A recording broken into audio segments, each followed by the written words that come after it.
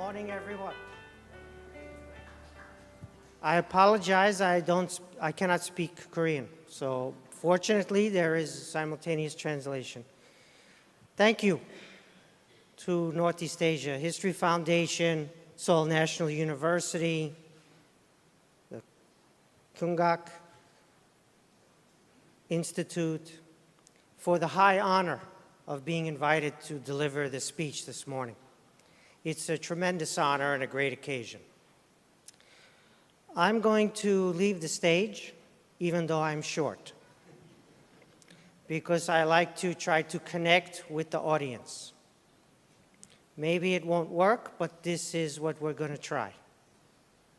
So I apologize, but I had the 4 COVID shots, and also I have the breath spray.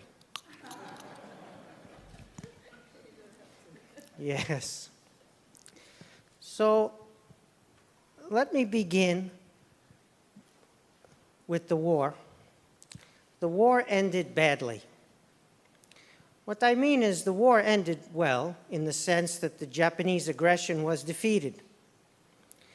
But it's the peace that was the problem. And even if you win the war, you can still lose the peace. It's not only winning the war, it's also winning the peace.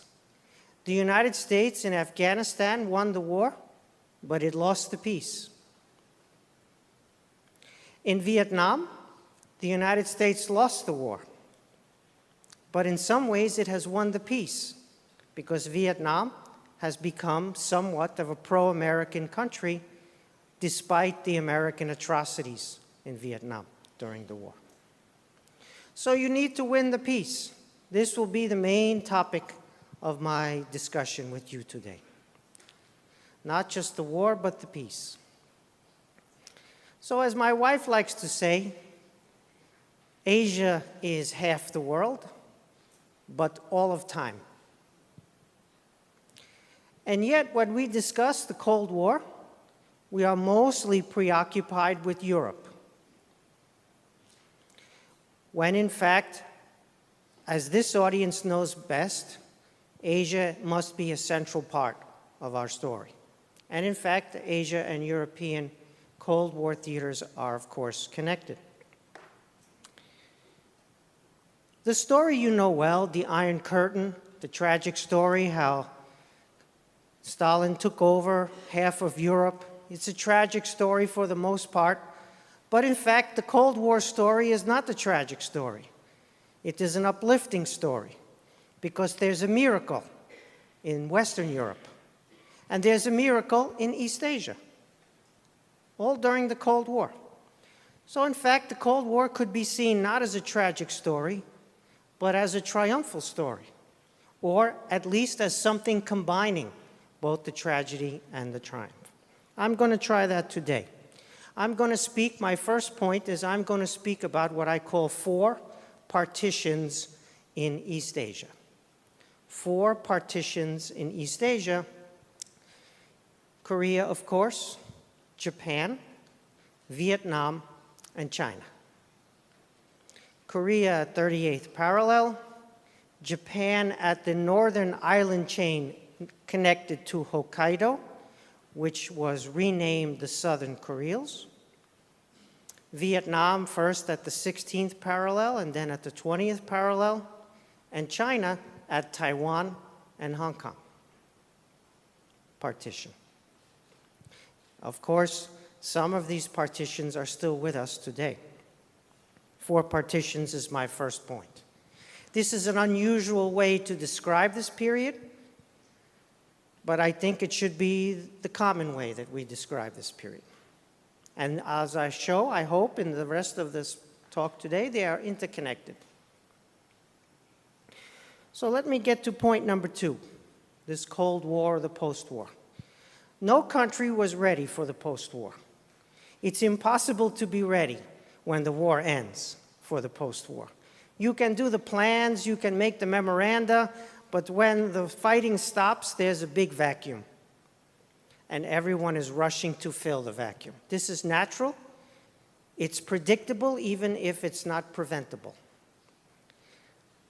And so people rightly say that post-war solutions were improvised. For example, they say Stalin had no plan to conquer Eastern Europe. He improvised the plan, which is true. But you know, every time he improvised in the direction of freedom, of parliaments, of democracy, of rule of law. Actually, no. Every time he improvised in the direction of unfreedom, of coercion, of executions, of deportations. So it is a form of improvisation, but it is one that is based in fundamental values and institutions, unfortunately. So you cannot say only that everything is improvised. Improvised on the basis of what? What values, what institutions? Unfreedom. If you spend some time in the Communist Party archives of any country, it's quite frightening to see the moral squalor and the horrors committed in the name of the people. I've spent my entire life, longer than some of you I see have been on the planet, reading these documents. And they hold big lessons for us. So, no country was ready. Everybody was improvising, but Soviet Union was improvising only in one direction, the direction of unfreedom. And they were doing it very, very vigorously. Okay, point number 3. There was a lot of confusion because the wartime allies thought that they would keep the alliance. This was a crazy, delusional idea, but you can understand it. Who wants to continue war? The war is over. Great victory over Germany and Japan. Who wants a new war or a new conflict? They are all dreaming of a post-war of continued cooperation, but the interests diverge completely. And so there's this period of confusion when they are hoping for a better world without the conflict, but the interests diverge tremendously. Again, the focus is on Europe, especially Poland. Poland has no strategic value for the world order. Yes, that's true, unfortunately. It has tremendous value for the Poles, but Poland was a part of the Russian Empire, and Stalin was going to make sure that he controlled Poland again. So the decision was made already, 1944-45, about Poland. The big story was the China story. This is the story where the history was more open. China could go in multiple directions, and it was the most consequential for the world order. And it was the one that they paid less attention to compared to Europe and Poland. Again, for Poland, it's everything. It's existential. It's the existence of their country. I don't mean to diminish the importance of the post-war for the Poles. Nothing is more important. But for the world order, Poland has much less significance than China does, but the attention is on Poland and not so much on China. Okay. Point number 4. The Cold War was an achievement. It was a high-order achievement. I know this doesn't sound obvious or even true, but it is true. You see, the history of the Cold War is written as if it was a mistake, as if it was avoidable, as if somebody needs to be blamed for what happened, the Cold War. Blame Truman. If you're on the left, you blame American imperialism. If you're on the right, you blame Stalin. So blaming Truman, blaming Stalin, some people blame both, as if it's a misunderstanding. But it is a fundamental clash of interests and values. It's not a misunderstanding. They could talk more and it wouldn't help, because the interests, and even deeper than the interests, the values, are fundamentally opposed. And this, you must recognize this fundamental clash of interest and values and fight back against the values and interests of the other side. So Truman should get credit for the Cold War, not blame. And Stalin also gets credit because the Americans didn't want to fight the Cold War. They just wanted to go home. But Stalin made sure that the Americans engaged in the Cold War. Every time the Americans said no more, Stalin would do something. Coup in Czechoslovakia. We have the ambassador here. The coup in February 1948 in Czechoslovakia. It frightened the naive people who thought there would be cooperation in the post-war. The Berlin crisis. Of course, the Chinese Revolution. And the most important event, tragic event for consolidating America behind the Cold War was the North Korean invasion of South Korea.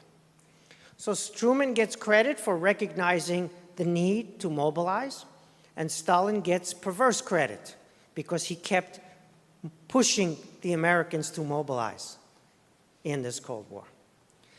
Let me drive the point home a little bit deeper about point number 4, the Cold War is an achievement. When two great powers clash, there are only 4 options. Great power competition, history knows only 4 options. I founded the Global History Initiative at Princeton University a long time ago, and I've been spending my whole life on this problem. The 4 options of great power, rivalry, tension, competition. Number 1 is hot war. Hot war, which is the worst option, of course. This is tens and tens of millions of dead. You know, World War II was at least 55 million dead. That's the lowest estimate. If we have a World War III, God forbid, it will be a multiple of 55 million for sure. So hot war is one option, and it's the worst option. The second option is appeasement. Appeasement is when you try to accommodate the interests of the adversary, and you discover that the more you accommodate, the more that they want. As we say, the appetite grows in the eating. And if you give, they want more. And if you give, they want more. So appeasement is appealing in some ways because you don't have a hot war, but then you are fooled because eventually you get the hot war in any case. It's just you get it on worse terms if you do appeasement.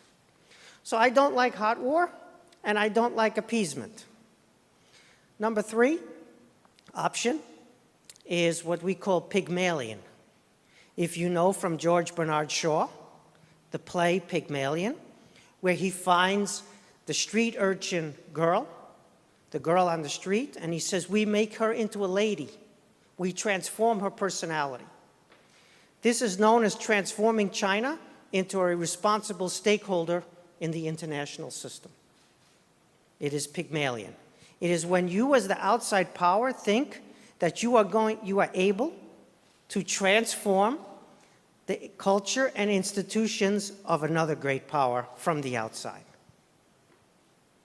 It is very seductive, Pygmalion, because we have the example of post-war Japan, post-war West Germany, post-war Korea, post-war Taiwan, and almost no more cases than that. So it's very seductive, the Pygmalion. And you just saw the United States try it with Russia and China in the post-Cold War. And it doesn't work. Because they don't want to be responsible stakeholders in the international system. They want to change the international system. They want their own international system. So you think you're doing Pygmalion, but what you're doing is you're strengthening them for their ability to overthrow your international system. So I don't like hot war. I don't like appeasement. I don't like Pygmalion. What's left? Cold War. Cold War is the 4th and best option in great power competition. That's true. I could give case after case. What's good about Cold War? It's not hot war. That's the main thing that's good about it. It allows for peaceful, predominantly peaceful, not exclusively peaceful, but predominantly peaceful relations between two great powers. there can be not just competition, but also cooperation, as there was in the scientific realm between the United States and the Soviet Union. Tremendous levels of cooperation. I remember I was alive. So, let me just finish this opening fourth point. It's paradoxical, but you only have 4 options in great power rivalry, and only one of them is a good option: Cold War. Again, it's not a mistake, it's not a misunderstanding, it's a fundamental conflict, institutions, and values. My fifth point, I only have 10. I wrote a 20,000-word paper, but you're getting only superficial version. I'm very good at superficial versions of papers. Like the rock, when it skips across the water and it makes a small ripple, but you don't see the under the water. The under the water is in the paper, and also in the Stalin Volume 3. The fifth point is just how fluid the situation was in 1945. In retrospect, everything looks clear, but in prospect, looking forward, not so clear. Very uncertain, but also very fluid. There were 2 gigantic factors that were not fluid that had to be mastered. One was communism, and the other was revolutionary nationalism. Communism and revolutionary nationalism. And in fact, their combination, their alignment, was the big problem for the post-1945 war. So it's fluid, it's open, it's not inevitable, but you have to manage the challenge of communism and the challenge of revolutionary nationalism. And very few people alive understood this. Only a tiny number of people understood that the post-war was about having answers to communism and to revolutionary nationalism, and especially their combination. Okay, so that's by way of introducing the problem. Now let's go more deeply into the cases. I start with the Korean case and the division at the 38th parallel. I look at this room and I say, there's nothing I can tell you that you don't know.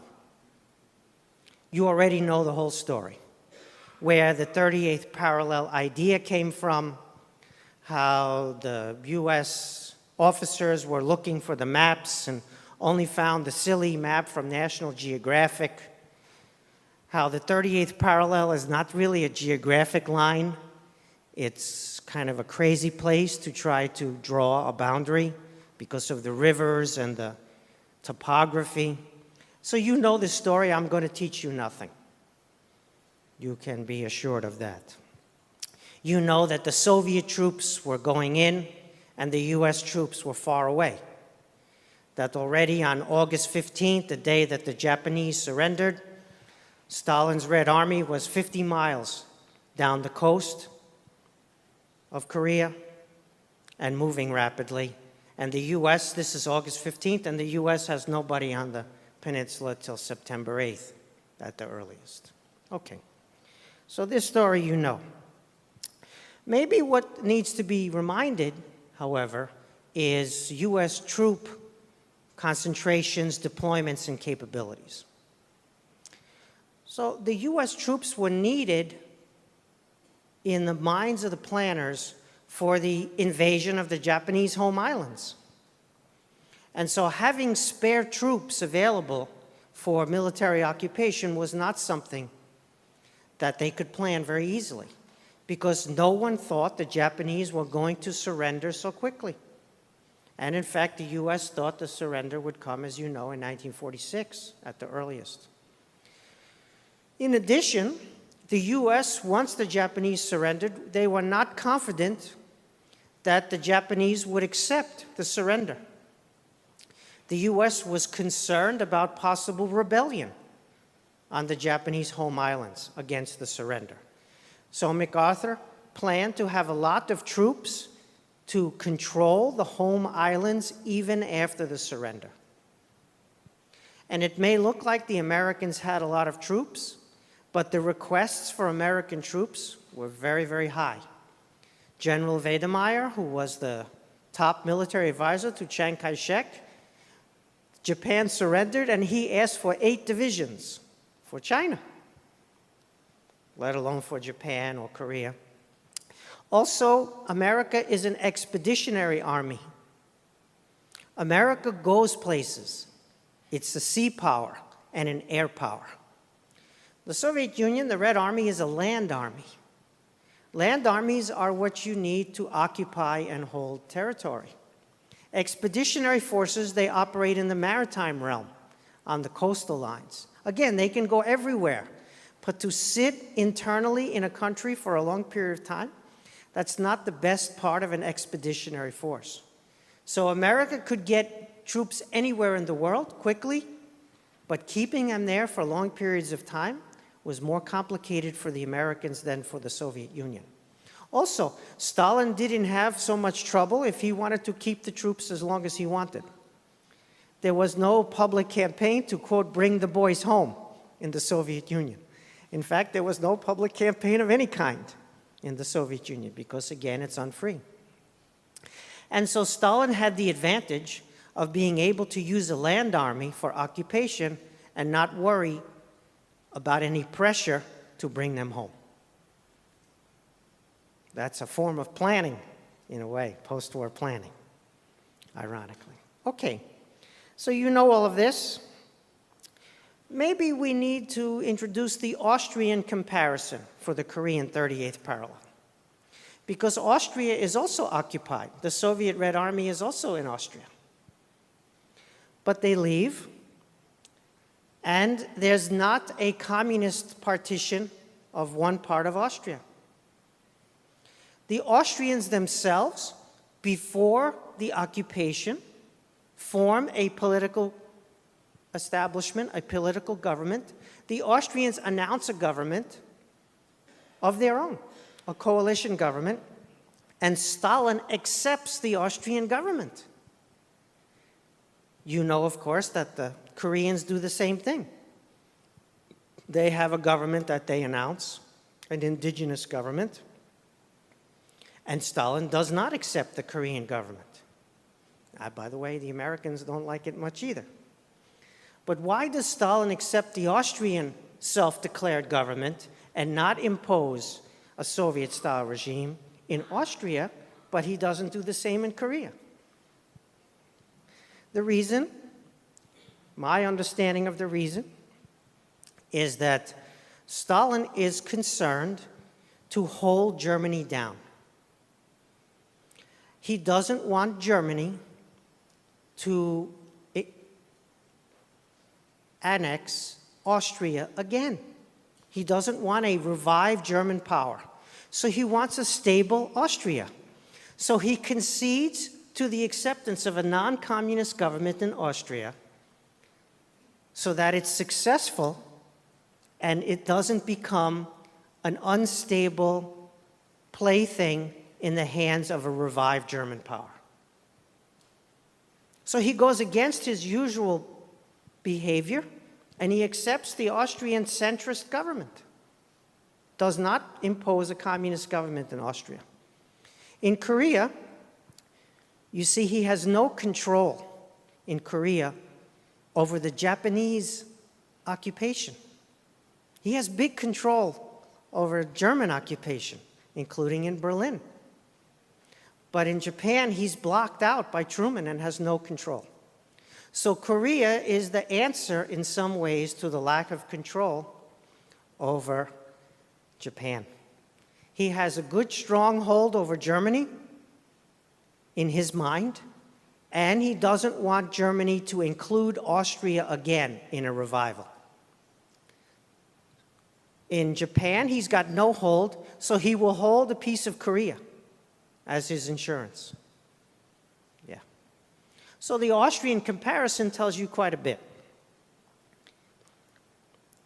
Now, there's an important paradox, though, again. The paradox is that Stalin could have invaded and taken the whole Korean peninsula.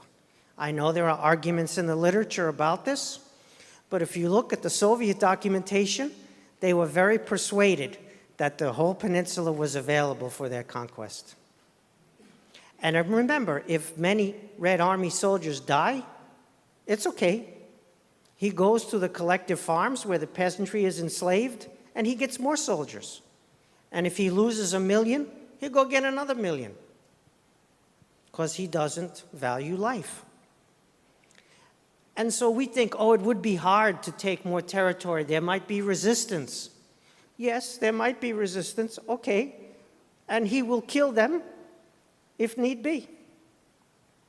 Think about Stalin's mentality. You have Pyongyang, which is the Jerusalem of East Asia, 33% Christian population, and you have Seoul, which is the hotbed of communist underground resistance to Japanese rule. Why would he not take the communist underground city? Of course he would if he were Stalin. Why would he not take all the valuable property in the south? Of course he would take it. Why not? Who's going to stop him? The Americans don't have any troops on the peninsula till September 8th. By that time, he could bang his way down if necessary. And even when the Americans come, he can bang down farther till he meets up with them. But he doesn't. Why? So, again, a paradox. People say that it was Roosevelt's mistake to bring Stalin into Northeast Asia, because Roosevelt invited the Red Army into Japan. Well, okay, but did Stalin need the invitation? No. He needed no invitation. He was coming. He was coming. Yes. If Roosevelt didn't invite him, he was coming. And he was taking. So it's not the Roosevelt mistake. It is the Japanese aggression that has brought Stalin into Northeast Asia. Just like it's Hitler's aggression that has brought Stalin into Central Europe.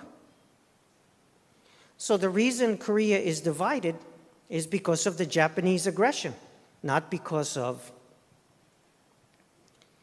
Roosevelt's mistake. But it's divided at the 38th parallel when it could have been much farther down, maybe the whole thing. Why? Because of the Kuril Islands. Yes. This brings me now to my next point.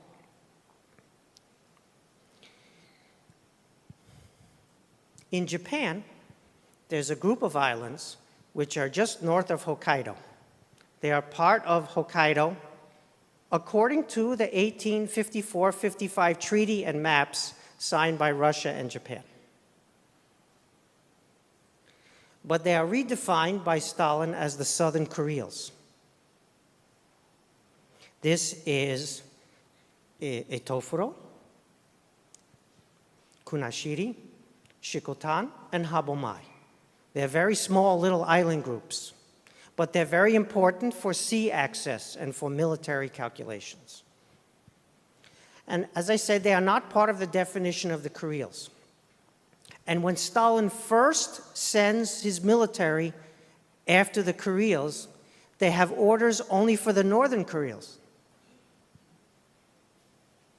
not for Itofuro and below. And the Americans have forces close enough to take them.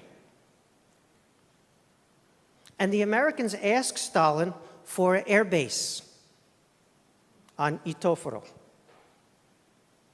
And Stalin says no. Stalin says no. And the Americans are shocked. They want the temporary landing rights, air landing rights on Itofuro. And Stalin says no. Just as Truman said no to Stalin about invasion of Hokkaido, Stalin says no to Truman about the air base. But the American military could have taken it. They could have held it. Instead, it became part of the Southern Kurils. And so Truman is negotiating with Stalin by telegram. No Hokkaido, air base in Itofuro, both denied, right? Deny Hokkaido to Stalin, deny Itofuro to the Americans. So the irony, the paradox, is that Truman wants the 38th parallel because he doesn't have the forces to hold a piece of Korea. And so he doesn't want to risk angering Stalin over 38th parallel, so he concedes the Kuril Island to Stalin. So the Japanese aggression causes Stalin coming into Northeast Asia and bringing the Soviet Union to the 38th parallel, but the partition of Japan causes Korea to be able to hold South Korea to have everything below the 38th parallel. Otherwise, you don't have it. So this is a crazy paradox. On the one hand, the Japanese caused the trouble, and on the other hand, the Japanese rescue the situation. Because Truman does not want to lose the 38th parallel, which he cannot enforce militarily, so he's afraid to anger Stalin, he concedes on the Kurils. So the Japanese partition, the redefinition of the four islands, Itofuro, Kunashiri, Shikotan, Habomai, as southern Kurils, saves the 38th parallel for South Korea. And as a result, look what we have. One of the most successful societies ever in history. South Korea, rebuilding with the armistice after 1953, after the tragic war. So again, this paradox, the Japanese bring Stalin into communism into Northeast Asia, and the Japanese suffer in order for the Koreans to have the 38th parallel as the line. I know it's a crazy idea, but then again, look who I am. Okay. Now we go for Vietnam, 16th parallel. It's coming together. These are all interrelated, and you'll see there's a big picture here, even if it's a little bit superficial. How are we doing in the back? We okay? Still following? Everybody still awake? It's unusual. I'm speaking so long and everyone is still awake. Must be a good translation. Okay. All right. Vietnam. So here again, multiple paradoxes in Vietnam. You know General Order number 1, which is the order for surrender. To whom will the Japanese troops surrender? General Order number 1. And it's hurried. It's very hurried. Again, the Americans are not ready. The Japanese surrender and the order, they're drafting it, and they only have a few days, and they don't know what they're doing, and they don't know the geography, and they don't have good maps, and it's crazy. But it's war, and now it's surrender. And so they decide, General Order number 1, that northern Indochina is part of the China theater of combat. The Chinese have troops on the border next to Indochina, Vietnam, and Chiang Kai-shek is commander of China theater. So the Japanese troops in northern Indochina, Vietnam, in the north, will surrender to the Chinese. And those in the southern part of Indochina will surrender to Southeast Asia Command, as it was called, which the commander is Mountbatten, so it's British. So the British are given the surrender in South Indochina, and the Chinese nationalist regime, the government of Chiang Kai-shek, is given the surrender in northern Indochina. Okay, it sounds reasonable, right? It's completely crazy. Why? This is why. So in the south, where the British, Mountbatten, takes surrender, the plan is to hand the territory back to the French. The British are going to bring the French colonial government back to South Vietnam, against the will of the Vietnamese people, but in cooperation with their French ally. And so they do this. The French don't have any troops yet.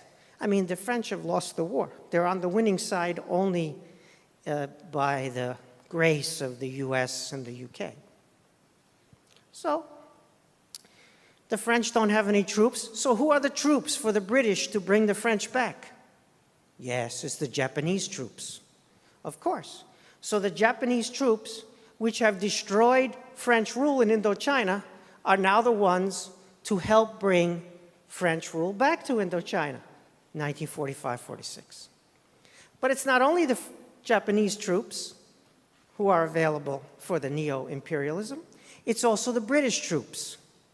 But the British troops are all from India. All of the British troops that Mountbatten is commanding to retake Vietnam are from India. So in India, they fight and win their independence. And in Indochina, they help the British, alongside the Japanese, reimpose colonialism. At home, independence. Abroad, colonialism. Yes, it's amazing, but people say the British retook southern Indochina. But who are the British? They are from the Punjab. They are the Gorkhas, some Nepalese. It's an Indian army. Okay, so this is one paradox. Then you have the North. And who's in the North? But of course the Chinese, the nationalists, the Kuomintang in the North, taking the surrender. And who are they? It's a warlord. It's actually more than one, but it's a warlord regime. And they want to plunder Vietnam for themselves, so they don't want the French back. So the Chinese nationalist government, through the warlord in northern Indochina, prevent the French from coming in. And so who can take advantage of this? The Viet Minh, Ho Chi Minh. So because of the Chinese warlord, the communists get a foothold in North Korea. So in North Vietnam. Thank you. It's just, I brought my wife for many reasons, but this one especially corrects me all the time. So think about this. At home, civil war, the Kuomintang against the communists. In Vietnam, helping Ho Chi Minh and the Viet Minh come to power against the French. History is so crazy, all of these paradoxes. So on the one hand, the Indian troops and the Japanese are helping the French imperialism back, and in the other side, it's the Chinese Kuomintang helping the Viet Minh and Ho Chi Minh take power. So you think, can't be, but it is. And Stalin plays no role, nothing, does nothing here. He won't even meet with Ho Chi Minh. Ho Chi Minh sends envoys, they make no progress, can get nowhere. Nobody can get to talk to Stalin to help them in the revolutionary struggle against the French. Who's helping? The Japanese Imperial Army, the Indians, and the Kuomintang are helping. Yes. And that's how you get division, first at 16th parallel, eventually at 20th parallel in Vietnam. But it starts with this crazy U.S. General Order Number 1 to allow the Chinese to take the surrender in the north of Indochina and to allow the British, really the Indian forces under Mountbatten's command, to take southern Indochina. Okay. Now we come to China itself, the big one, Taiwan and Hong Kong. Am I okay with the time? Yeah. Okay. I told you it was going to be superficial, but I'm trying to cover everything, the 4 partitions. So there's this amazing story of the British returning to Hong Kong. So in General Order Number 1, Hong Kong is part of China Theater. So Chiang Kai-shek and the Kuomintang are supposed to take the surrender in Hong Kong. This is the announcement of General Order Number 1. But the British decide that they're coming back. Nobody is inviting them back, but they're coming back. And so the British are far away. And Chiang Kai-shek is close by. He's a big army. He is a big enough army, no more than 300 miles away, could retake Hong Kong. But instead, and the British have a few boats that take 2 weeks to get to Hong Kong. But the British retake Hong Kong before Chiang Kai-shek does. Why is this important? Well, if you were going to be Deng Xiaoping and you needed an international financial center with rule of law and allocation of capital by market principles, Hong Kong would be pretty convenient for you. Hong Kong is one of the key factors in the Chinese economic miracle. But it's only available for Deng Xiaoping because the British, they ran in and took it back and reestablished colonial rule. So the British reestablishment of colonial rule in Hong Kong in 1945 is going to make Deng Xiaoping possible. Yeah, this is the craziness of history. Remember Shanghai. Shanghai is the great international financial center. Hong Kong is nothing. It's just a beautiful port. And it's the whole province above Hong Kong is just villages, rice paddies. It's a beautiful country, but there's nothing of later Hong Kong and Shenzhen that you can imagine. But because of the communist takeover in 1949, Shanghai is lost as an international financial center. And so Shanghai goes down and Hong Kong goes up. And Hong Kong takes the place of Shanghai in the international financial order and is more successful than anybody imagined, and is absolutely critical for the Chinese economic miracle. And it's possible only because the money coming from Taiwan and Japan, later South Korea, the foreign direct investment, is funneled through Hong Kong into the special economic zones on the basis of market criteria, profit and loss, not on the basis of communist patronage networks. Yeah. So can you imagine how big this is, 1945? These greedy British retaking Hong Kong, not understanding. Of course, in 97, they give it back, and then you see what the Chinese Communist Party has done to Hong Kong since they took it back. So you can imagine what it would have been like had they controlled it the whole time. Yeah. But anyway, let me talk, as I close, about the failed partition of most of China. The Hong Kong story is a great story, but I want to talk about communist takeover of China. So you see, Chiang Kai-shek didn't try for Hong Kong because he wanted to get to northern China first. He let Hong Kong go, thinking he'll get it back in a treaty later on. But first he has to prevent the takeover of Manchuria and northern China by the communists.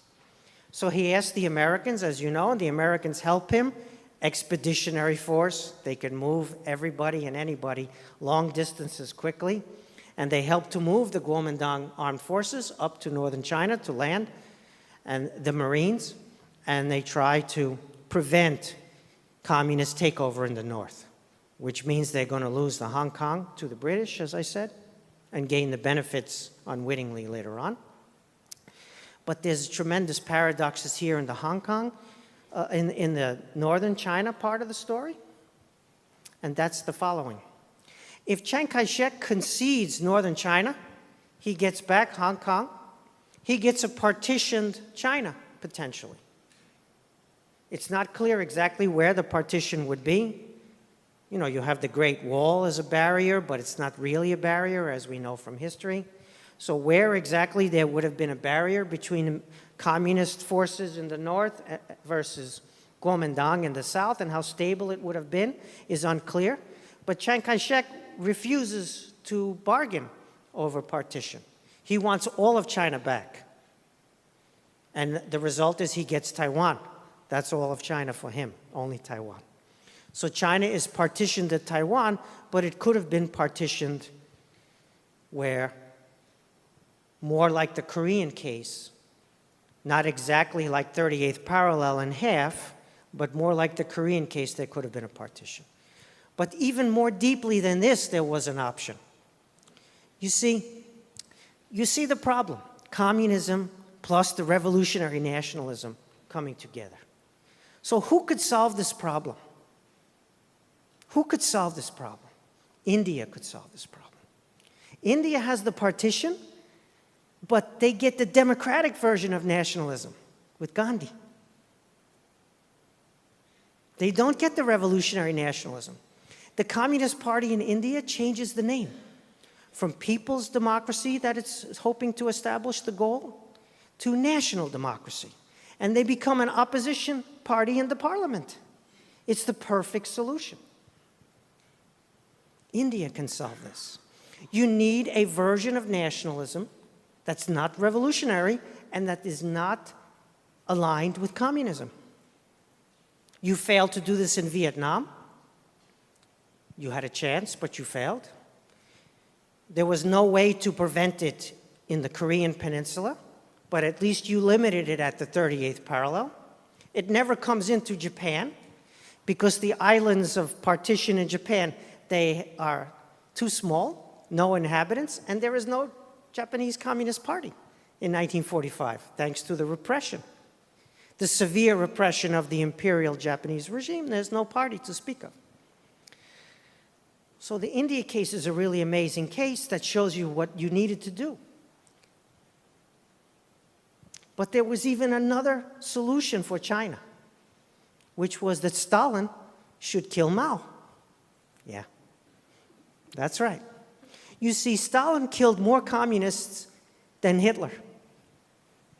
Yes, he did, including more German communists than Hitler. Stalin killed, yes. So Stalin was not afraid to kill communists. He was giving Hitler some prisoners that Hitler was demanding. Leftist prisoners. Why not? Let Hitler kill them. Save the bullets. So Stalin could have decapitated the Chinese Communist Party in a deal. But the Americans have no imagination to figure this out. Stalin was set on a sphere of influence in northern China. He wanted a Soviet sphere of influence, Manchuria, Liaodong Peninsula. You know the story well. The railroad, the ports. What the Tsar had, same type of sphere of influence, only even deeper maybe. And so since he can take it anyway, why not make a deal for it? Why not say, okay, you can have it, but first you have to take all the Chinese communists back to the Soviet Union and put them on trial or put them in prison. You decapitate the leadership is enough with these movements.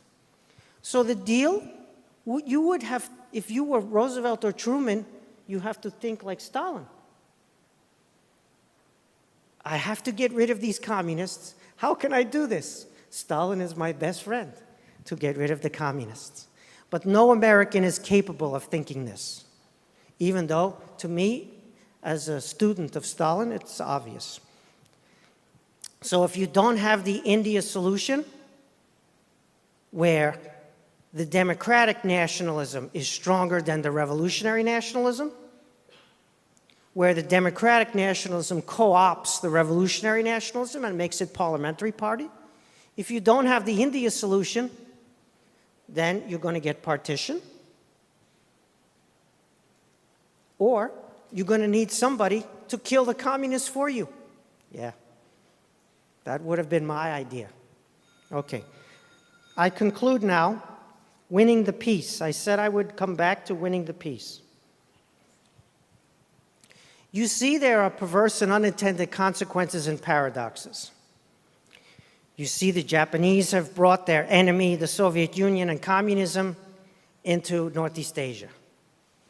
You see that the Kuril Islands have saved Korea, even though Korea is a victim of Japanese aggression. You see that the Indian troops are reimposing colonialism abroad when they're fighting against colonialism at home. You've seen the Chinese warlord wanting to steal what the French would come and take if they allowed them in. So the Chinese warlord prevents the French from coming back, so the Chinese warlord can steal, and this gives sanctuary to Ho Chi Minh. I could repeat all of the paradoxes, but you heard them already. So history is nothing but perverse and unintended consequences. Nobody is planning this post-war order. It's happening paradoxically and sometimes against the wishes, against the ideas of the people carrying it out.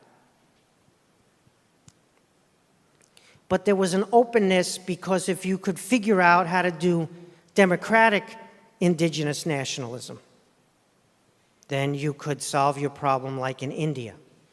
Or if you could figure out how to do a deal with Stalin to do the dirty work for you. So how did you win the peace? Well, you won the peace with Cold War, because Cold War is an achievement. It's not hot war. It's not appeasement leading to hot war. It's not the illusion of Pygmalionism. It's Cold War. It's fantastic. But the part about the Cold War that's not so fantastic is the revolutionary nationalist piece, because you couldn't figure that piece out as well. And so the result is that you have a failure to combat revolutionary nationalism, and you have proxy wars. The downside of Cold War is the proxy wars. So the great powers don't fight, but then Korea's in the middle. You get the war in Korea. You get the war in Vietnam. You get the wars in Afghanistan. You get the Congo. You get the proxy wars, because of your failure to manage revolutionary nationalism. Communism is hard to manage, yes. Revolutionary nationalism is a little bit more pliable, and this is something, in retrospect, is clear. How clear was it in prospect? Some people knew. You can read their memorandum, but very few people knew, and the expertise was lacking on the United States side, and the French had their own interests, and the British had their own interests, and it was going to be a complicated story. But if I had more time, I don't. If I had more time, we could talk about Philippines.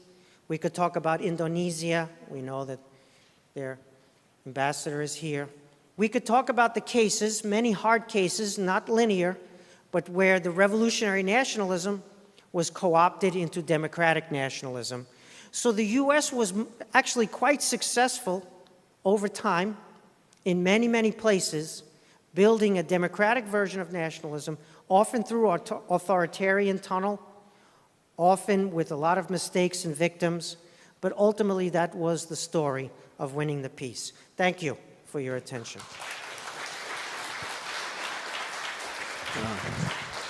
Thank you very much, Professor Kotkin. We have time for 2 or 3 questions, if you don't mind, and I'll make it short. How fundamentally moved I was listening to your talk. Now, okay, raise your hand and limit it to like 30 seconds and 1 question with a question mark. Let's start with, briefly introduce yourself. Hi, Professor Kotkin. My name is Jong-hee Park from Seoul National University. I'm studying international politics. Thanks for the very insightful lecture. I have a quick question about your take on the concept of a sphere of influence at this period. So some people say you might need to rediscover the usefulness of the sphere of influence concept in this uncertain global order. Especially, somebody might say that 19th century, 20th century Cold War is all sphere of influence by great powers. And the beauty is great powers don't fight. And the downside is a small country suffer. Yes. And some people say we need to rediscover this concept in this, US-China and US-Russia and conflict. And what is your take on that? And how do you value the concept given your understanding of history? Thank you. Sphere of influence comes in many flavors. There's an open, voluntary sphere of influence. That's called the American-led order. Everything that you know, which we call the international order, is an American sphere of influence at a certain level. It's voluntary. It's based on mutual obligations. It's written down in treaties. It makes other countries prosperous, not just the US, so it's not imperialism. It's an open, voluntary sphere of influence. There's another kind of sphere of influence which is not voluntary but coercive, like the Soviet Union in Eastern Europe, Czechoslovakia, or the Soviet Union in North Korea, or, Chinese in Tibet, where you either coerce them to follow what you demand, or you even annex them. You take their territory. So this is what the proposition is. People are arguing. They're talking about sphere of influence, but it means one thing in the Chinese sense or the Russian sense, and it means a very different thing in the way that the Americans could have a sphere of influence.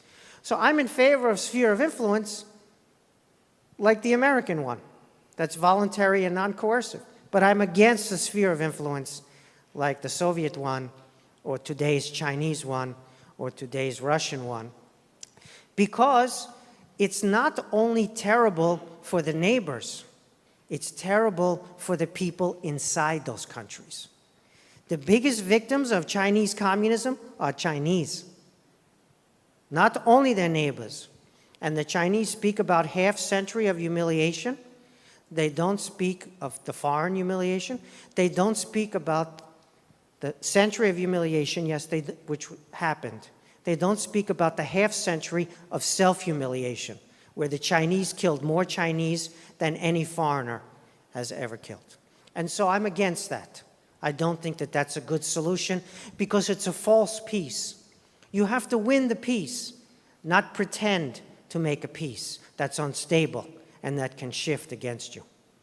Maybe one more? Okay, the second question is from Professor Im Ji-hyun. Yeah.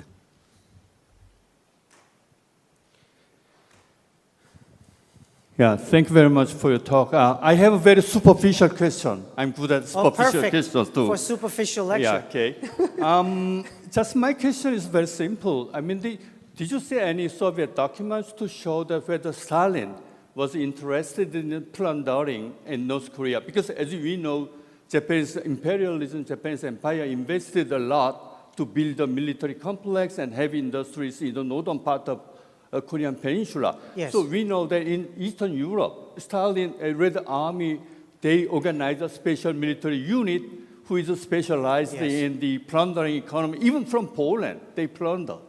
Yes. I'm not sure if it was effective or not. Yes. But so in the North Korean case, did you see any such a move to plunder this economy or certain residues of these heavy industries or military complexes in North Korea? It's a great question. Stalin will take everything he can. Stalin will take everything he can take. If you have it, he will take it if he can. But, you know, think about his day. Think about Stalin's life. He's in the office, or he's at the dacha, and Berlin, Poland, Czechoslovakia, China, Japan, United States, domestic culture, domestic economy, ideology, party personnel. You know, so he's busy. He's so busy, he doesn't have time for everything that's coming across his desk. Now, if he's not able to steal everything from Germany and Manchuria, maybe he says, okay, you know, let's take everything from Korean Peninsula. But he's good so far. He's got the German equipment. He takes the Polish stuff because it's on the way. Yeah, it's just because it's in, you know, this, and he's going home with the German equipment, and there's the Polish stuff on the way home. So, if he had been able to have enough time and planning for everything, he would take everything. But it's too much, it's like an opportunity cost of his time. Too many things crossing his desk. And he's so happy with the Manchuria plunder and the German plunder, and he's also watching his own military officers so that they don't take it home themselves. He has to make sure that they take it and they bring it to his warehouses, not to their private apartments. So he's watching closely on the German and the Manchuria and doesn't have the kind of bandwidth, as we would call it, to plan for the same type of, but if the opportunism happens and some people taking it out and it's good for him, okay, he'll take what he can get. But he doesn't have the same level of detail in looking at Korean Peninsula that he has for China and for Germany. He just cannot have enough time to do it all together. He's in Iran. He's got to decide what to do about northern Iran. Should he stay because the oil is there? Should he annex? So he's just too busy to do the proper planning for Korean Peninsula that you would expect. If you see value, you think he would plan for it. But there's a lot of, as I said, improvisation and opportunism while the mind is focused on the German and the Chinese plundering. But this is the most important point for you to take home today, right? Communism is real. It's not something that the right invents to scare people. You go into the communist archives, and they are communists. They are killers in the name of greater humanity, in the name of abundance, in the name of freedom. And they are planning to execute people, to deport people. The documentation incriminating communism written by communists is endless. Even now, at my advanced age, I can't read it all. It's so much of it. So this is a real problem that we need an answer to. And the communists kill communists, as I said, and they kill leftists. And it gives me pain when I see the leftists advocating appeasement of communism, because if they lived under these regimes, the regimes would kill them or imprison them. And so this is a real problem, not invented, a fiction. It's not invented by the Americans. It's not McCarthyism. It's not a bogeyman. It was real. But managing that with the Cold War was successful, with the exception of the revolutionary nationalism that the Americans had much greater trouble figuring out what to do with that. The revolutionary nationalism piece, Ho Chi Minh, Mao, illusions that they were maybe just nationalists, not also communists, this big problem. This led to big tragedy in many countries, sadly. The downside of the success of the Cold War is also really big. Thank you for your time. Professor Kotkin, if you don't mind taking just one more question. I don't mind. I think they mind. Professor Toyomi Asano from Waseda University. Yeah. No.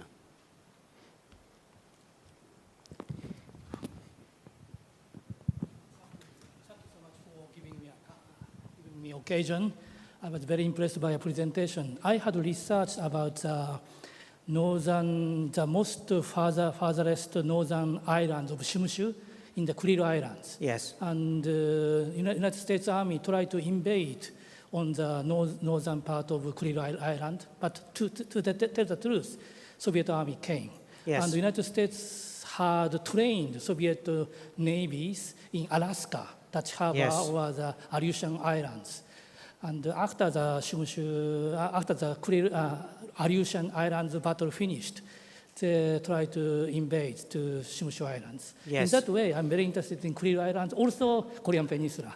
So I was very impressed by your linkage, by your showing linkage between Korean Yes. Peninsula and Kurilu Islands. So it is very shocking news for all of us, because it's a very innovative and very, very easy to understand framework. So could you show me the concrete information of the document by Yes. which you confirmed this historical facts of linkage?